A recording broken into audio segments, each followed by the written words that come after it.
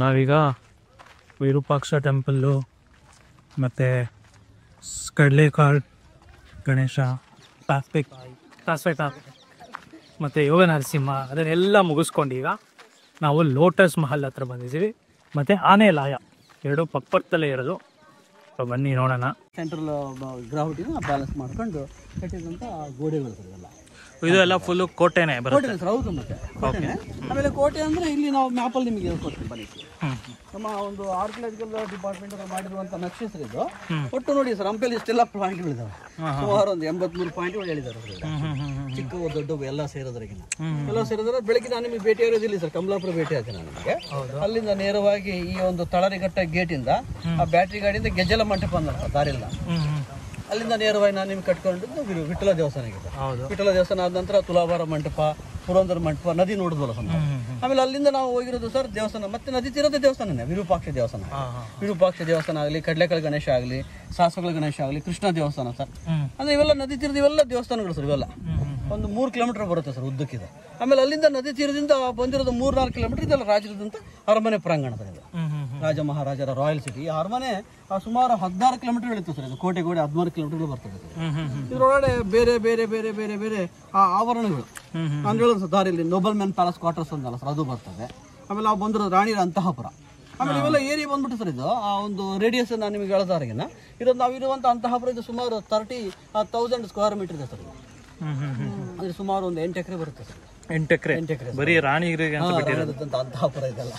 ಅಂದ್ರೆ ರಾಜ ಮಹಾರಾಜರು ಸರ್ ಅರಮನೆಗಳಿಂದ ಆನೆ ಅಂಬಾರಿಗಳಲ್ಲಿ ಇಲ್ಲಿ ವಿಹಾರಕ್ಕೆ ಬರ್ತಾ ಇದ್ರು ಅಂತ ನಾವಿರೋ ಜಾಗದಲ್ಲಿ. ಅಂದ್ರೆ ನಾವು ಒಂದು ಬೇಸಿಗೆಯಲ್ಲಿ ಸ್ವಲ್ಪ ಬಿಸಿಲು ಜಾಸ್ತಿ ಇಲ್ಲ ಸರ್ ಅವಾಗ, ಇಷ್ಟೇನೋ ಸರ್ ಅವಾಗ. ಆಮೇಲೆ ರಾಜರು ಇದ್ದಂತ ರೆಸಿಡೆನ್ಸಿ ಏರಿಯಾ, ಆಮೇಲೆ ಮಿಂಟ್ ಹೌಸ್ ಒಂದಲ್ಲ ಸರ್ ಅದು. ಆಮೇಲೆ ನಾವು ಹೋಗ್ತೇವೆ ಸರ್ ನೆಕ್ಸ್ಟ್ ರಾಜರ ಆಡಳಿತ ಕಚೇರಿ, ಅದು ಇದಕ್ಕಿಂತ ಜಾಸ್ತಿ ಡಬಲ್ ಇದೆ ಸರ್. ಅದು 60,000 ಇದೆ.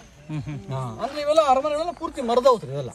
ಹೀಗಾಗಿ ನಮಗೆ ಈಗ ಏನು ಕಾಣ್ತಿಲ್ಲ ಅಂದ್ರೆ ಪಾಯಗಳು, ಆ ಕಲ್ಲಿನ ಪಾಯಗಳು ನಾವು ನೋಡ್ಲಿಕ್ಕೆ ಸಿಗ್ತಾ ಇದೆ. ಫೌಂಡೇಶನ್ ಎಲ್ಲ ಕಲ್ದು ಮೇಲ್ಗಡೆ ಮರದಲ್ಲಿ ಕಟ್ತಾರೆ. ಹೌದು ಸರ್, ಮರದ ಕಟ್ಟಡ. ಮರದ ಕಟ್ಟಡ ಅಂದ್ರೆ ಮರದ ಗೋಡೆ, ಮರದ ಚಾವಣಿ, ಮರದ ಕಿಟಕಿ, ಮತ್ತೆ ಅದಕ್ಕೆ ಹಿಂದೆ ಮುಂದೆ ಕೋಟಿಂಗ್ ಸರ್, ಬಂಗಾರ ಬೆಳ್ಳಿ ಲೇಪನ, ಮತ್ತೆ ಡೆಕೋರೇಟೆಡ್ ಎಂಬ್ರಾಯ್ಡ್ಸ್, ಡೈಮಂಡ್ಸ್, ಈ ತರ ಇದ್ದಂತ ಎಲ್ಲ ಪೂರ್ತಿ ಮರದ ದೇವಸ್ಥಾನಗಳು ಸರ್. ಎಲ್ಲ ಮರದ ಅರಮನೆಗಳು ಸರ್ ಎಲ್ಲ. ನಮ್ಮ ಮೈಸೂರಲ್ಲಿ ಕೂಡ ಪ್ಯಾಲೇಸ್ ಮರದ್ದೇ ಇತ್ತು, ಅದು ಬೆಂಕಿಗೆ ಆಹುತಾಗಿ ತಿರ್ಗಾ ಮತ್ತೆ ಇವ್ರು ಕಟ್ಟಿದ್ರು ಸರ್. ಮತ್ತೆ ಹಾಗಾಗಿ ನಮಗೆ ಇಲ್ಲಿನೂ ಮರದಿತ್ತು ಅಂತ ಹೇಳ್ತೀವಿ ಸರ್. ಮರದಿತ್ತು ಅಂತ ಹೇಳ್ತೀವಿ ಅಂತ ಹೇಗೆ ಅಂದ್ರೆ ಸರ್ ಇಲ್ಲಿದೆಯಲ್ಲ ಸರ್ ಇದು ಪಾಯ. ಆಮೇಲೆ ನಾವೇನು ಹೋಗ್ತಿಲ್ಲ ಸರ್ ಈಗ ಅವೆಲ್ಲ ಉತ್ಖನನ ಮಾಡ್ದೆ ಸಿಕ್ಕಿರೋದು ಅಂತ ಹೇಳಿದ್ನಲ್ಲ ಸರ್. ಆ ಉತ್ಖನನ ಮಾಡೋ ಸಮಯದಲ್ಲಿ ಪಾಯದ ಪಕ್ಕದಲ್ಲಿ ಸುಟ್ಟೋದಂತ ಇದ್ದಲು, ಬೂದಿ, ಮಡಿಕೆ ತುಂಡುಗಳು, ನಾಣ್ಯಗಳು, ವಜ್ರ ಒಡರುಗಳು, ತಾಮ್ರ ಪತ್ರಗಳು, ಮತ್ತೆ ಯಾವ್ದು ಅಕೌಂಟೆಂಟ್ಸ್ ಬುಕ್, ಈ ತರ ಬಹಳಷ್ಟು ಎವಿಡೆನ್ಸ್ಗಳೆಲ್ಲ ಸಿಕ್ಕಿದೆ ಸರ್. ಆ ಒಂದು ಇದ್ದಲು ಸಿಕ್ಕಿರೋದ್ರಿಂದ ಆ ಪಾಯ ಮಾತ್ರ ಕಲ್ಲಲ್ಲಿ ಕಟ್ಟರು, ಮುಕ್ಕಿದ್ದೆಲ್ಲ ಪೂರ್ತಿ ಮರದಿತ್ತು ಅನ್ನೋದಕ್ಕೆ ನಮಗೊಂದು ಸಾಕ್ಷಿ, ಆ ಒಂದು ಎವಿಡೆನ್ಸ್ ಸಿಗುತ್ತದೆ ಸರ್. ಆಮೇಲೆ ಅಲ್ಲಿದೆ ಸರ್ ಇದು ಕಾಂಪೌಂಡ್ ವಾಲ್ನ ಹೈಟು ಅಲ್ಲಿದೆ ಸರ್. ಆ ಒಂದು ಮೂಲೆಯಲ್ಲಿ ಗೋಡೆ ಎತ್ತರ ಮೇಲೆ ಇಟ್ಟಿಗೆ ಸುಣ್ಣದ ಗಾರೆ ಕಾಣುತ್ತದೆ ಸರ್. ಅದು ಹೈಟ್ ಸರ್, ಅದು ಗೋಡೆ ಎತ್ತರ. ಈ ತರ ಸುತ್ತಲೂ ಆವರಣದ ಎತ್ತರದ ಗೋಡೆಗಳು ಸರ್ ಇವೆಲ್ಲ. ಈ ಆವರಣದ ಗೋಡೆಗಳು ಇದೊಂದು ಸ್ವಲ್ಪ ಚೆನ್ನಾಗಿ ಉಳಿದಿರೋದು. ಇದಾದ ನಂತರ ನಾವು ನೆಕ್ಸ್ಟ್ ಹೋಗ್ತಿರೋ ಸರ್ ಅದೆಲ್ಲ ಸ್ವಲ್ಪ ಹಾಳಾಗಿದೆ ಸರ್, ಹೊರಟೋಗಿದೆ. ಇದೊಂದು ರಾಣಿಯರ ಅರಮನೆ ಆಯ್ತು ಅಂದ್ರೆ ಸರ್ ಜಲಮಹಲ್ ಸರ್. ಅದರಲ್ಲೂ ಅರಮನೆ ಸುತ್ತಲೂ ನೀರಿತ್ತು ಸರ್. ಅವಾಗ ನೀರಿತ್ತು. ನೀರಿನಿಂದ ಈ ಗಾಳಿ, ಬಿಸಿ ಗಾಳಿಯಾಗಿ ತಣ್ಣನ ಗಾಳಿಯಾಗಿ ಆ ಅರಮನೆಗೆ ಬರ್ತಾ ಇತ್ತೇನು ಸರ್ ಜಲಮಹಲ್. ಆಮೇಲೆ ಎಡದ ಬದಿ ಇದೆಯಲ್ಲ ಸರ್ ಇದೊಂದು ಅರಮನೆ. ಇದು ಉತ್ತರಾಭಿಮುಖ, ನಾರ್ತ್ ಫೇಸಿಂಗ್ ಸರ್ ಇದು ಪ್ಯಾಲೇಸ್. ನಾವು ಹಿಂದೆ ನೋಡ್ತಾ ಇದ್ದೀವಿ ನಾವು ಎಲ್ಲ ನಾರ್ತ್ ಫೇಸಿಂಗೇ ಕೇಳ್ತೀವಲ್ಲ ಮನೆಗಳನ್ನ. ಆ ಥರ ವಾಸ್ತು ಅವಾಗಲೇ ವಾಸ್ತು. ಹೌದು ಸರ್. ಮತ್ತೆ ಇವೆಲ್ಲ ಸುತ್ತಲೂ ಎತ್ತರವಾಗಿ ಕಾಲುಕಾಯಿ ಅಂತ ಕಾಲು ಗೋಪುರಗಳು ಸರ್ ಇವೆಲ್ಲ. ಅಲ್ಲಿ ಬಂಡೆ ಮೇಲೆ ಚಿಕ್ಕ ಮಂಟಪ ಇದೆಯಲ್ಲ ಸರ್, ಅಲ್ಲಿ ದೂರದಲ್ಲಿ ನಾವು ಕೃಷ್ಣ ದೇವಸ್ಥಾನ ಅದೇ ಕಾವಲು ಮಂಟಪ. ಅಲ್ಲಿ ನೋಡಿದ್ರೆ ಆ ಕಡೆ ದೇವಸ್ಥಾನಗಳು, ಈ ಕಡೆ ಅರಮನೆ ಎಲ್ಲಾನು ಕಾಣುತ್ತೆ ಸರ್. ಆ ಕಡೆ ಆಲ್ಮೋಸ್ಟ್ ರಾಜಧಾನಿಯ ಮಧ್ಯಭಾಗ ಸರ್, ಅದು ಮಧ್ಯ ಮಂಟಪ ಕೊಂತಲ ಮದನ ಕೊಂತಲ ಕೋಟೆ ಕೊಂತಲ. ಆಮೇಲೆ ಈ ಅಂತಃಪುರನ ಕಾವಲುಕಾಯಿ ಅಂತ ಇದು ಕಾವಲು ಗೋಪುರ. ಈ ಅಂತಃಪುರ ಕಾವಲುಕಾಯಿ ಇದಕ್ಕೆ ಆ ಮೂಲೆಯಲ್ಲಿ ಕಟ್ಟಡ ಇದೆ ಸರ್, ರಾಣಿಯರ ಖಜಾನೆ ಕಟ್ಟಡ ಇದೆ ಸರ್. ಆ ರಾಣಿಯರ ಖಜಾನೆ ಕಟ್ಟಡಕ್ಕೆ ಅದು ಕಾವಲು ಗೋಪುರ ಇದೆ ಅಂತ. ಆ ಎರಡನೇದು ನಾವು ಜವಲ್ರಿ ಇರ್ತಾರೆ. ಹೌದು ಸರ್, ಖಜಾನೆ ಆಭರಣಗಳು ಸರ್, ವಜ್ರ ವೈಢೂರ್ಯಗಳ ಆಭರಣಗಳು. ಹೌದು, ಖಜಾನೆ ಕಾಣುತ್ತೆ. ಅದು ರಾಣಿದಿರೆಲ್ಲ ವಜ್ರ ವೈಢೂರ್ಯ ಅವರ ಆಭರಣಗಳು ಎಲ್ಲ ಇಡ್ತಿದ್ದ ಖಜಾನೆ. ಇದು ಅವ್ರದ್ದು ಪ್ಯಾಲೇಸ್, ಅರಮನೆ. ಇದು ಕಮಲ್ ಮಹಲ್ ಸರ್. ಇದು ಲೋಟಸ್ ಮಹಲ್. ಲೋಟಸ್ ಮಹಲ್ ಅಂತೀವಿ ಅಂದರೆ ಇದು ಕಮಲ ಹೂವಿನ ಆಕೃತಿಯಲ್ಲಿ ಕಟ್ಟಡ ಕಾಣುತ್ತೆ ಸರ್. ಹಾಂ ಹಾಂ ಹಾಂ ಕಮಲ ಹೂವಿನ ಆಕೃತಿ ಕಟ್ಟಡ ಅಂದ್ರೆ ಸರ್ ಇದು ಕಟ್ಟಡ ಆರ್ಕಿಟೆಕ್ಚರ್ ಬಂತು ಸರ್ ಇಂಡೋ ಇಸ್ಲಾಮಿಕ್. ಹೌದು ಇಂಡೋ ಸಾರ್ ಈಗ ಅಂದ್ರೆ ಕೆಳಗಡೆ ಬೇಸ್ಮೆಂಟ್ ಇದೆಯಲ್ಲ ನಮ್ಮ ಪಾಯ, ಅದು ನಮ್ಮ ಒಂದು ದೇವಸ್ಥಾನ ಥರ ನಕ್ಷತ್ರ ಆಕಾರ ಕಾಣುತ್ತೆ ಸರ್ ಅದು. ಹಾಂ ಹಾಂ ಕರೆಕ್ಟ್. ಸ್ಟಾರ್ ಆಮೇಲೆ ಕಮಾನುಗಳು ಸರ್, ಕಮಾನುಗಳು ಇಸ್ಲಾಂ ಶೈಲಿ ಕಾಣುತ್ತೆ. ಆಮೇಲೆ ಇರುವಂಥ ಶಿಖರಗಳಿದಾವಲ್ಲ ಸರ್, ಶಿಖರ ಟವರ್ಗಳು ಪಿರಮಿಡ್ ಥರ ಕಾಣುತ್ತೆ, ಸ್ವಲ್ಪ ಜೈನರ ಥರ. ಈ ಕಟ್ಟಡವನ್ನು ನಾನು ನೋಡೋದು ತಿಳಿದು ಬರೋದು ಏನಂದ್ರೆ ಸರ್, ರಾಜ ಮಹಾರಾಜರು ಆ ಪ್ರಜೆಗಳನ್ನ ಸರ್ವಧರ್ಮ ಸಮಾನದಿಂದ ರಾಜ್ಯಭಾರ ಮಾಡಿದ್ದಾರೆ ಅಂತ ನಾವು ಕಂಡುಹಿಡಿಯಬಹುದು, ಊಹೆ ಮಾಡಬಹುದು ಸರ್. ಆಮೇಲೆ ಆ ಮೇಲಿದವರು ಸರ್ 9 ಶಿಖರಗಳು, ಆ ಶಿಖರಗಳ ಮೇಲೆ ಪಕ್ಷಿ ನೋಟದಿಂದ ಬರ್ಡ್ ಐ ಅಂತ ಇದು ಕಮಲ ಥರ ಕಾಣುತ್ತೆ. ಹೀಗಾಗಿ ಇದು ಕಮಲದ ಮಂಟಪ ಸರ್, ಮಂಟಪ ಅಂತ ಸರ್ ಪೂರ್ತಿ ಕಲ್ಲಿನ ಕಟ್ಟಡ ಬುಕ್ಕೆಗಳು ಇಡುವಂಥದ್ದು. ಓಕೆ, ಇದೆಲ್ಲ ಓಲ್ಡರ್ಸ್ ಮುಂಚಾಚು ಇಂಚಾಚು ಅಂತೀವಲ್ಲ ಸರ್ ನಾವು, ಆ ಥರ. ಆಮೇಲೆ ಇದು ರಾಣಿ ಮಹಾರಾಣಿ ಬೇಸಿಗೆ ಮನೆ ಆಗಿತ್ತು ಅಂತ ಹೇಳ್ತೀವಿ ಸರ್. ಹೇಗಪ್ಪ ಅಂದ್ರೆ ಇಲಾಖೆ ಕಟ್ಟಡಗಳಿಗೆ ತನಿಖೆ ಮಾಡ್ಬಿಟ್ಟು ಅಲ್ಲೆಲ್ಲ ಹೋಲ್ ಮಾಡಿದ್ರು ಸರ್ ಒಳಗಡೆ. ಕಿಂಡಿ ಒಳಗಡೆ ಸರ್ ಪೈಪ್ ಇತ್ತು ಸರ್ ಒಳಗಡೆ, ಮಣ್ಣಿನ ಪೈಪ್ ಇದೆ ಸರ್. ಆ ಮಣ್ಣಿನ ಮಡಿಕೆ ಪೆನಕ್ಕೆ ಸರ್ ಮೇಲೆ ಚಿಕ್ಕ ನೀರಿನ ಕೊಳ ಇತ್ತು ಅಂತೀವಿ ಸರ್ ಮೇಲೆ. ಆ ಚಿಕ್ಕ ಕೊಳದಲ್ಲಿ ನೀರು ಹಾಕೋದ್ರಿಂದ ಪೈಪ್ ಮೂಲಕ ಗ್ರಾಟಿ ಪಡ್ಬಿಟ್ಟು ವ್ಯಕ್ತಿಯಿಂದ ಚಾವಣಿಗೂ ನೀರು ಹಾಯ್ತಾ ಇತ್ತು ಸರ್ ಒಳಗಡೆ. 10 ಚಾವಣಿಗಳು 24 ಕಂಬಗಳು ನೀರಿನಿಂದ ಒದ್ದೆ ಆಗಿ ಸರ್, ಕಟ್ಟಡ ಎಲ್ಲ ಒದ್ದೆ ಆಗಿ ತಣ್ಣಿ ಈ ಬಿಸಿ ಗಾಳಿ ಹೋಗಿ ತಣ್ಣಗೆ ಗಾಳಿ ಆಗ್ತದೆ. ಗಾಳಿ ಇರಲಿ ಬಿಡಲಿ ಕಟ್ಟಡ ಮಾತ್ರ ತಣ್ಣಗಿರೋದು. ಹೀಗಾಗಿ ರಾಣಿಯರು ವಿಶ್ರಾಂತಿ ಪಡೆಯುವಂಥ ಒಂದು ವಿಶ್ರಾಂತಿ ತಾಣ ಸರ್ ಆಗಿತ್ತಲ್ಲ. ಅವಾಗಿನ ಕಾಲದ ಎ ಸಿ ಸರ್, ಹೌದು, ಬೇಸಿಗೆ ಅರಮನೆ ಸರ್ ಇದೆ. 24 ಕಂಬಳ ತೆರೆದ ಮಂಟಪ, ಮತ್ತು ಮೇಲೆ ಮೊದಲೇ ಅಂತ ಸ್ಥಿತಿ ಇಲ್ಲ ಸರ್, ಅದಿನ್ನೂ ಹೆಚ್ಚಿಗೆ ತಂಪು ಇರುವಂಥದ್ದು ಸರ್. ಯಾಕೆಂದ್ರೆ ಕೆಳಗಡೆ ನೆಲ್ಲ ಮಳೆಗೆಲ್ಲ ತಣ್ಣಗೆ ಆಗ್ತಾಯಿತ್ತಲ್ಲ ಸರ್. ಅದು ಮೇಲೆ ಹೋಗೋಕ್ಕೆ ದಾರಿ ಮೆಟ್ಟಿಲು ಇದೆಲ್ಲ ಪುಕ್ಕಿಲ್ಲ ಕೆತ್ತನೆ ಹೇಳೋದಲ್ಲ ಸರ್, ಇವೆಲ್ಲ ಕೆತ್ತನೆ ಕಾಣಿಸುತ್ತೆ ಅಂತಾರೆ. ಒಳ್ಳೆ ಗಾರೆ ಕೆತ್ತನೆ ಅಲ್ಲೆಲ್ಲ ಒಂದು ಪಕ್ಷಿಗಳೇ ಥರ ಒಂದು ಅಲಂಕಾರ ಇದೆ. ಮೊದಲೇ ಕೀರ್ತಿ ಮುಖ ಕಾಣುತ್ತೆ ಸರ್ ಮೇಲೆ, ಸಿಂಹದ ಮುಖ ಕೀರ್ತಿ ಮುಖ ನೋಡಿ. ಇದು ಆನೆ ಲಾಯ, ಆನೆಗಳು ಉಳ್ಕೊತ ಇದ್ದಂಥ ಪ್ಲೇಸು. ಸೊ ಇದು 11 ಆನೆಗಳು ಮಾತ್ರ ಇರ್ತಾ ಇದ್ದಿದ್ದು ಇಲ್ಲಿ. ಇದೆಲ್ಲ ಪಟ್ಟದ ಆನೆಗಳು. ವಿಶೇಷವಾದ ಒಂದು ಏನಾದರೂ ಕಾರ್ಯ ಇದ್ದರೆ ಮಾತ್ರ ಈ ಆನೆಗಳನ್ನ ಉಪಯೋಗಿಸ್ತಾಯಿದ್ರು. ಅಂದರೆ ಮಹಾರಾಣಿಗಳ್ನ ಕರ್ಕೊಂಡು ಹೋಗೋಕ್ಕೆ, ಮಹಾರಾಜರನ್ನ ಕರ್ಕೊಂಡು ಹೋಗೋಕ್ಕೆ, ಮತ್ತು ದಸರಾ ಯಾವುದಾದ್ರೂ ಹಬ್ಬ ಅಲ್ಲಿ ಏನಾದರೂ ಹೊತ್ಕೊಂಡು ಹೋಗ್ಬೇಕು ಅಲ್ಲಾಗ ಅಲಂಕಾರ ನಮ್ಮ ಮೈಸೂರಲ್ಲಿ ಇದೆಯಲ್ಲ ಆ ಥರ, ಅರ್ಜುನ ಭೀಮ ಎಲ್ಲ ಇದ್ದಾರಲ್ಲ ಆ ಥರ. ಸೊ ಇದು ಪಟ್ಟ, ಆನೆದು ಪಟ್ಟ. ಅಲ್ಲಿಂದ ಹತ್ಕೊಂಡು ಅಲ್ಲೊಂದು ಗೇಟ್ ಇದೆ, ಆ ಕಡೆ ಒಂದು ಗೇಟ್ ಇದೆ. ಸೊ ಆ ಗೇಟ್ಗೆ ಹೋಗಿ ಅಲ್ಲಿಂದ ಆಚೆ ಹೋಗ್ತಾಯಿತ್ತು ಆನೆ. ಅಲ್ಲಿಂದನೇ ಎಂಟ್ರಿ ಎಕ್ಸಿಟ್ಟು ಎಲ್ಲ ಅಲ್ಲಿಂದನೇ. ನೋಡಿ ಎಷ್ಟು ದೊಡ್ಡದಿದೆ ನೋಡಿ. ಇದು ಕೂಡ ಇಂಡೋ ಇಸ್ಲಾಮಿಕ್ ಸ್ಟೈಲೇ, ಅಂದರೆ ಇಂಡೋ ಸ್ಯಾರ್ಸನಿಕ್ ಸ್ಟೈಲೇ. ಮೇಲ್ಗಡೆ ಎಲ್ಲ ನೋಡ್ಬೋದು ನೀವು, ಈ ಡೋರ್ಸ್ ಎಲ್ಲ ನೋಡ್ಬೋದು, ಅದೆಲ್ಲ ಮುಸ್ಲಿಮ್ ಸ್ಟೈಲಲ್ಲಿದೆ. ಮತ್ತು ಮೇಲ್ಗಡೆ ಇದು ನೋಡ್ಬೋದು, ಅದು ಸ್ತೂಪ ಬುದ್ಧಿಸ್ಟ್ ಸ್ಟೈಲಲ್ಲಿದೆ. ಮತ್ತು ಕೆಲವೊಂದೆಲ್ಲ ಹಿಂದೂ ಸ್ಟೈಲಲ್ಲಿದೆ.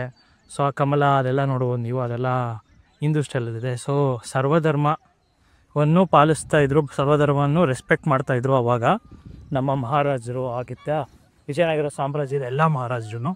ಸೊ ಇದರಿಂದ ಏನು ತಿಳ್ಕೊಬೋದು ಅಂದರೆ, ಜಾತಿ ಭೇದ ಭಾವ ಏನು ನೋಡ್ತಾ ಇರಲಿಲ್ಲ ರಾಜರು, ಎಲ್ಲನೂ ಅವರು ರೆಸ್ಪೆಕ್ಟ್ ಮಾಡ್ತಾಯಿದ್ರು ಅನ್ನೋದನ್ನು ನಾವು ತಿಳ್ಕೊತೀವಿ. ಈಗಿನ ಕಾಲದ ಥರ ಅಲ್ಲ. ಈ ದೇವಸ್ಥಾನ ಹಿಂದ್ಗಡೆನೇ ರಾಜರ ಮಹಾರಾಜರ ಅರಮನೆಯೊಳಗೆ ಇದ್ದದ್ದು ಸರ್. ಆಗ್ತದೆ ಅರಮನೆಯ ಹಜಾರದಲ್ಲಿ ಕಟ್ಟಿದಂಥ ದೇವಾಲಯ ಸರ್ ಇದು. ಹೀಗಾಗಿ ಹಜಾರ ರಾಮ, ಹಜಾರು ಮತ್ತು 1000 ಅಲ್ಲ ಹಾಕಿರಿ, ಒಂದು ಚಿಕ್ಕ ಒಂದು ಹಜಾರ ವರ್ಡು. ಆಮೇಲೆ ಇದನ್ನು ನಾವು ಉಬ್ಬುಚ್ಚಿತಿರೋದು ಬಾಣಸ್ ನೋಡ್ಬೋದು ಸರ್. ದೇವಸ್ಥಾನದಲ್ಲಿ ಉಬ್ಬುಚ್ಚಿತಿರೋದ್ರೆ ನಾವು ಬೆಳಗ್ಗೆ ನೋಡ್ಬೋದು ಸರ್. ಹೋಲಿ ಹಬ್ಬ ಅಂತ ಹೇಳ್ತಾನದ, ಇವೆಲ್ಲ ಕಲರ್ ಪೌಡರ್ನ ಒಂದು ಬಕ್ಕೆ ಕಾಣ್ತದೆ, ಮತ್ತು ಬಣ್ಣಗಳನ್ನ ಏರಿಸ್ತಾರೆ ಅನ್ಕೋತ. ಇಲ್ಲೂ ಇದೆ, ಅಲ್ಲೂ ಇದೆ. ಆಮೇಲೆ ನಿಮ್ಮ ಹಿಂದ್ಗಡೆ ಈ ಕಡೆ ಬದಿಯಲ್ಲಿ ರಾಜ ಮಹಾರಾಜನ ಕಾಲದಲ್ಲಿ ಆದಂಥ ಜನಜೀವನ, ಆ ಬೇಟಾಡ್ಲಿಕ್ಕೆ ಹೋಗ್ತಿದ್ರು ಅದ ಆ ಜನಜೀವನದ ಒಂದು ದೃಶ್ಯಗಳಿದ್ದಾವೆ. ಕಾಡು ಹಂದಿ ನೋಡಿಸಿರುವ ಕಾಡು ಹಂದಿ, ಜಿಂಕೆ ಇದೆ. ಮತ್ತು ನಾವು ಇಲ್ಲಿ ಮಹಿಳೆಯರು ಕೂಡ ಬೇಟಾಡ್ತಿರೋದು ಕಾಣಿಸುತ್ತೆ ಸರ್. ಅಂದರೆ ಅದು ಒಂದು ಸಮಾನವಾಗಿ ಇದ್ದದ್ದೇ ಅಂತೇಳಿ ಇದು ನೋಡೋಣ ನನಗೆ ತಿಳಿದು ಬರ್ತದೆ. ಮತ್ತು ಇಲ್ಲಿ ಹಾವಾಡಿಗಳು ಸರ್, ಇಲ್ಲೆಲ್ಲ ಒಂದು ಮನೋರಂಜನೆ ಬೇಕಲ್ಲ ಹಾವಾಡಿಗಳು. ಮತ್ತು ಅಲ್ಲಿ ಆ ಒಂದು ಮೀನು ಮೇಲೆ ಕೂತಿರುವಂಥ ಪುಂಗಿ ಹೊತ್ತಿರುವಂಥ ವಾದ್ಯಕಾರರು, ವಾದ್ಯಕಾರರು. ಮತ್ತು ಇಲ್ಲಿ ವಿದೂಷಕರು ಕಿಲ್ಲಿದ್ದಾರೆ, ಮತ್ತು ಕಿಲ್ಲನ್ನು ಹೊಟ್ಟೆ ಕಲ್ಲಿ ವಿದೂಷಕರು. ಮನೋರಂಜನೆ, ಬ್ರೇಕ್ ಡ್ಯಾನ್ಸ್ ಇಲ್ಲೂ ನೋಡ್ತಾರೆ ಸರ್. ಅವನು ಪುರುಷ ಮಕ್ಕಳು ಹಾಗೆ ಇರುತ್ತೆ, ಬೇಕಾಸ್ ಮಹಿಳೆ ಬೇಟೆ ಪುರುಷರು ತೊಗೊಂಡು ಹೋಗ್ತಾರೆ ಸರ್ ಕಾಡಲ್ಲಿ.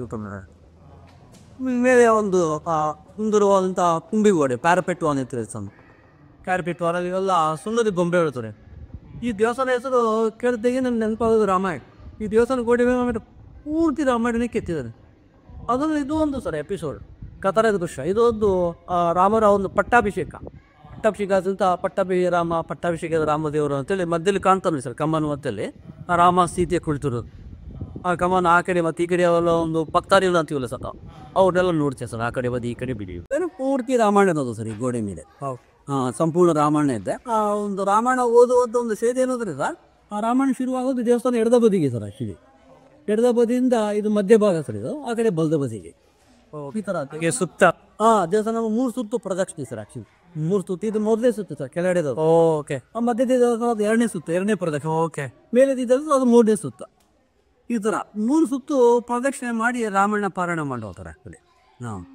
ಪೂರ್ತಿ ರಾಮಾಯಣ ಈ ಥರ ಕಥನದ ದೃಶ್ಯಗಳಿದಾವಲ್ಲ ಸರ್, ಎಪಿಸೋಡ್ ಅಂತೀವಲ್ಲ ಸರ್, ಈ ಥರದ್ದು ಒಟ್ಟು 108 ಇದೆ ಸರ್. ಆ್ಯಕ್ಚುಲಿ 108 ಇದ್ದಾವೆ. ಶ್ರವಣ ಕುಮಾರ್ ಅಂತ ಹಿಡಿದು ಲವ ಕುಶವರೆಗೂ ಇದೆ. ರಾಮಾಯಣದಲ್ಲಿ ಸರ್ ವಾಲ್ಮೀಕಿ ರಾಮಾಯಣ, ತುಳಸಿ ರಾಮಾಯಣ, ಸ್ಕಂದ ರಾಮಾಯಣ ಅಂತೀವಲ್ಲ. ಹೌದು. ಆ ಥರ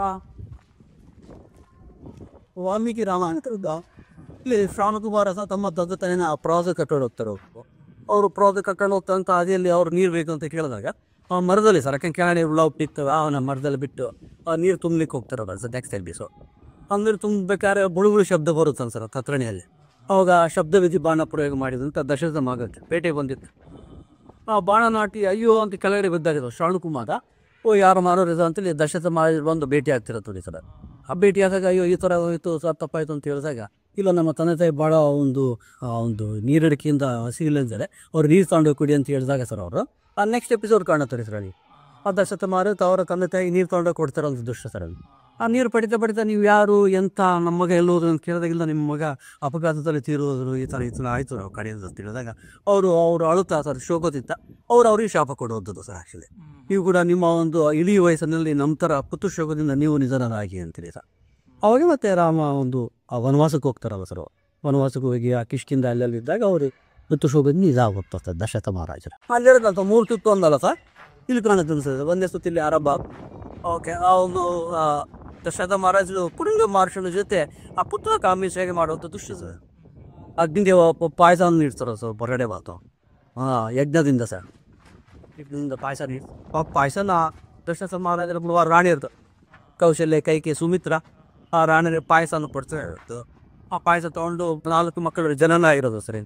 ವಶಿಷ್ಠ ಮಹರ್ಷಿಗಳು ಸರ್, ರಾಜ್ಯಗುರುಗಳು, ಅವ್ರ ಜೊತೆ ಪಠಶಾಲೆ ನಡೀತಿರೋ ಸರ್. ಇದು ಪಾಠಶಾಲೆ ನಂತರ ಅವ್ರು ದೊಡ್ಡರ ನಂತರ ಸುಮಿತ್ರ ತಮ್ಮ ಯಾಗಪೂರ ಮಾಡ್ಕೊಳ್ಳೋಕೆ ರಾಮಲಕ್ಷ್ಮಣ್ ಕರ್ಕೊಂಡು ಹೋಗ್ತಾರೆ ಒಂದು ದೃಶ್ಯ ಸರ್. ಇದು ಅಲ್ಲಿ ತಾಟಕನ ಹೋತ ಮಾಡಿರುವಂಥದ್ದು ಸರ್, ರಾವಣನ ತಾಯಿ ಅಂತ ಹೇಳ್ತೀವಿ. ಆ ವನವಾಸದಲ್ಲಿ ವರಾವಿ ಅನ್ನೋ ರಾಕ್ಷಸದನ್ನ ಸಂಹಾರ ಮಾಡಿ ಮುಂದೆ ಹೋಗ್ತಿರೋದು ಸರ್ ರಾಮರಾಕ್ಷ. ಆಮೇಲೆ ಅಲ್ಲಿ ಋಷಿಮುನಿಗಳು ಸ್ವಾಗತ ಕೋರುತ್ತಾರೆ ಜೀವ. ಆ ಕಡೆ ಬದಿ ವಾಲಿನ ವಧ ಮಾಡಿರೋದಿಲ್ಲ ಸರ್, ಆ ಕಡೆ ಬದಿ 2ನೇ ಸುತ್ತಲ್ಲಿ. ಆಮೇಲೆ ಮೇಲೆ 3ನೇ ಸುತ್ತಿಲ್ಲ ಸರ್. ಮೇಲೆ ತಾರಾದೇವಿ ಸುಗ್ರೀವ ಮಹಾರಾಜರು ಕುಳಿತಿರೋದು ನೋಡಿ ಸರ್. ಆಮೇಲೆ ಶ್ರೀರಾಮಚಂದ್ರ ಇನ್ನು ನಿಮ್ಮ ಒಂದು ಕಾರ್ಯಕ್ರಮ ಮುಗೀತಲ್ಲ ಸರ್ ನಮ್ದು ನೋಡಿ ಅಂತೇಳಿ ಅಲ್ಲಿ ಸುಗ್ರೀವ ಮಹಾರಾಜರು ಕೇಳ್ತಾರೆ ಭೇಟಿಯಾಗಿ. ಆಮೇಲೆ ಆ ಒಂದು ಲಂಕೆಗೆ ಆ ದಿಗಿತಿರುವಂಥ ಆಂಜನೇಯ ದೇವರು ಸರ್ ಅಲ್ಲಿ ಮೇಲೆ ಅಲ್ಲಿಗೆ ಟಾಕ್.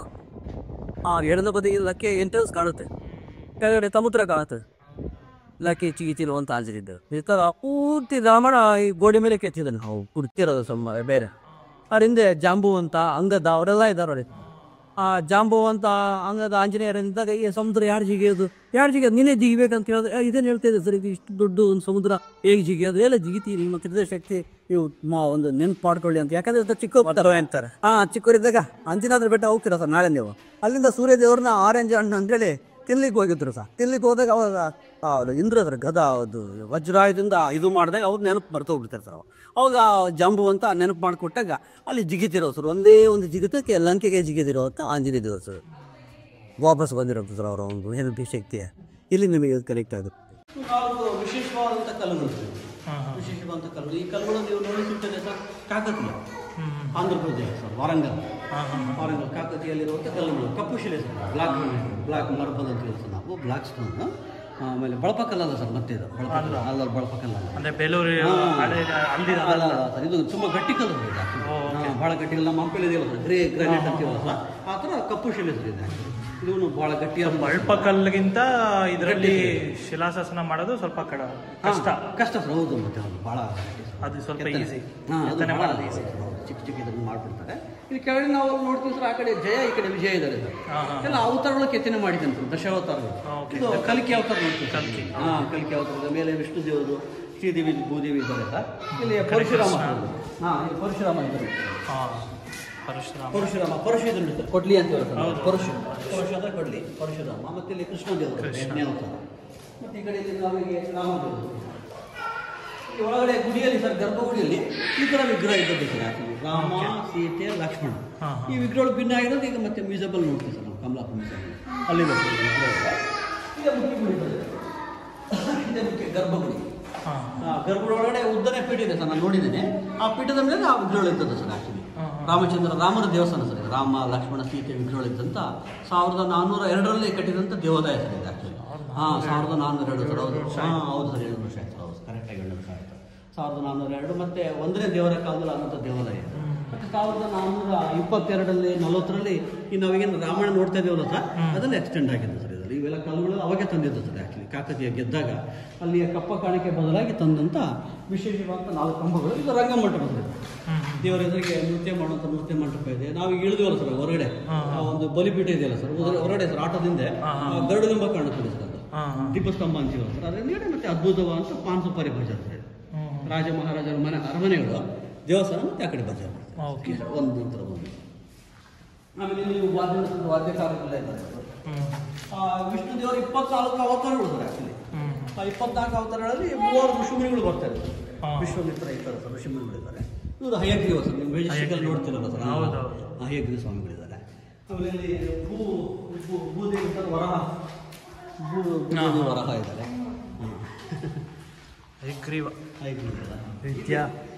ವಿದ್ಯೆಗೆ ಅಧಿಪತಿ. ಹೌದು ಸರ್. ಆಮೇಲೆ ಇಲ್ಲಿ ಧನ್ವಂತರಿ ಸರ್, ಧನ್ವಂತರಿ ವೈದ್ಯೋ ನಾರಾಯಣ ಹರಿ ಅಂತಿಲ್ಲ ಸರ್. ವೈದ್ಯ ವಿಶೇಷವಾದಂಥ 4 ಕಪ್ಪು ಶಿಲೆಗಳು 1 4 4 2. ಓಕೆ, 1442. ಅದಕ್ಕೆ ನೀವು 72 ನಿಮಿಷ ಸೇರಿಸಿದ್ರೆ ಇಂಗ್ಲೀಷ್ ಕ್ಯಾಲೆಂಡರ್ ಸಿಗುತ್ತೆ. ಇವಾಗ ಕ್ಯಾಲೆಂಡರ್ ಸಾಯಂಕಾಲ ವೇಣುಗೋಪಾಲ ಸ್ವಾಮಿ ಅಷ್ಟಭುಜ ಇದೆ. ತುಂಬ ರೇರ್ ಅಂತೆ ಈ ಥರದ್ದು ಸರ್. ಈಗ ಎಷ್ಟು ಅನ್ನಿದ್ದು ಅಂತೇಳಿ ಆ ಥರ ಗಜದಳ, ಅಶ್ವದಳ, ಕಾಲ್ದಳ ಅಂತೇಳಿ ಆರ್ಮಿ ಸರ್, ಮಿಲಿಟ್ರಿ ಇದೆಯಲ್ಲ. ಆಮೇಲೆ ಇದ್ರ ಮೇಲೆ 4ನೇದು ಇದೆಯಲ್ಲ ಸರ್, ಅದು ದಸರಾ ಹಬ್ಬದ ಕೋಲಾರ ದೃಶ್ಯ ಸರ್, ಮೇಲೆ 4ನೇದು. ಮತ್ತು 5ನೇದು ಮೇಲೆ ಬಂದ್ಬಿಟ್ಟು ಹೋಲಿ ಹಬ್ಬದಿದೆ ಸರ್, ಕೈಯಲ್ಲಿ ಪಿಚ್ಕರಿ ನೋಡಿ. ಆಮೇಲೆ ಇಲ್ಲಿ ಮೇಲೆ ಸರ್, ಒಂಟೆಗಳ ಮೇಲೆ ಎಲ್ಲ ವಿದೇಶಿ ವ್ಯಾಪಾರ ಸರ್, ಅರಬಿಯನ್ಸ್ ಸರ್.